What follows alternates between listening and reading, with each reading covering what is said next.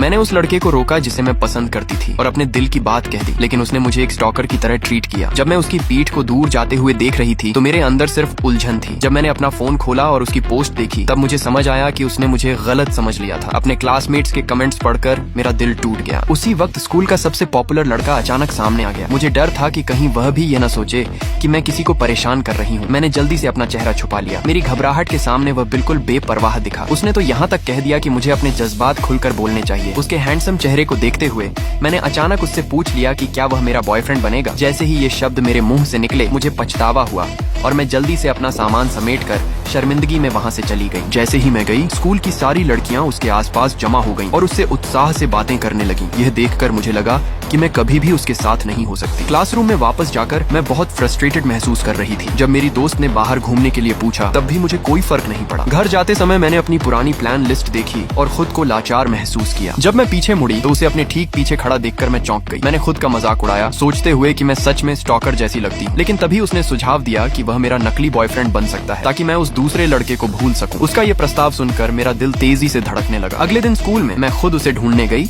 और उसके सुझाव के लिए हाँ कर दी। मैंने खास तौर पर एक नई प्लान लिस्ट भी तैयार की। वह मेरे प्लान के साथ चलने के लिए तैयार था और इस तरह उसका मेरा नकली बॉयफ्रेंड बनना हमारा छोटा सा राज बन गया। आने वाले दिनों में मैं पहले की तरह उसके बारे में हर छोटी बात ध्यान से नोट करती रही। मैंने अपने पुराने सभी प्लान ट्रांसफर कर दी। हम साथ में सबवे से घर जाने लगे। एक बार मैं लगभग गिर गई लेकिन उसने समय पर मुझे पकड़ लिया और थाम लिया। उसके शरीर का स्पर्श मेरे दिल की धड़कन रोक सा गया। मुझे लगा जैसे सब कुछ बदलने लगा है। एक दिन हमेशा की तरह मैं उसे सॉकर खेलते हुए देखने गई। जैसे ही मैं मुड़कर जाने लगी एक उड़ती हुई सॉकर बॉल ने मुझे गिरा दिया। क्लासमेट्स की माफी के बीच मैंने कहा कि मैं ठीक हूँ। तभी वह सीधे मेरे पास आया और मुझे अपनी बाहों में उठा लिया। उसके इस कदम ने सबको चौंका दिया। उसने मेरे हाथ के घाव पर बड़े ध्यान से मरहम लगाया। जब मैं अभी भी कंफ्यूज थी उसने मुझे फिर से उठा लिया और मेरे जूते उतार दिए। मेरे पैर की चोट देखकर वह हैरान हो गया। मैंने समझाया कि यह भी मेरे प्लान का हिस्सा था। मेरी हैरानी की हद तब पार हो गई जब उसने अचानक मुझसे अपने प्यार का इजहार कर दिया।